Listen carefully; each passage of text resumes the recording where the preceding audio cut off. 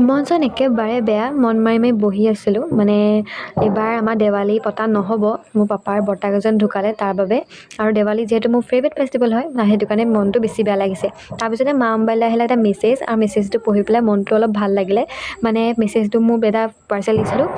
পাৰ্চেলটো আজি আহিলে আৰু পাৰ্চেলটো হৈছে এইটো মোৰ স্মাৰ্ট ৱাটচ তাত লাগিছিলে মানে তো দি দিছিলোঁ আৰু আজি আহিলে মনটো কাৰণে ভাল লাগি গ'ল তাৰপিছত চাৰ্জাৰ এইবোৰ বহুত মানে এনেকৈ আহিছে তাৰপিছতে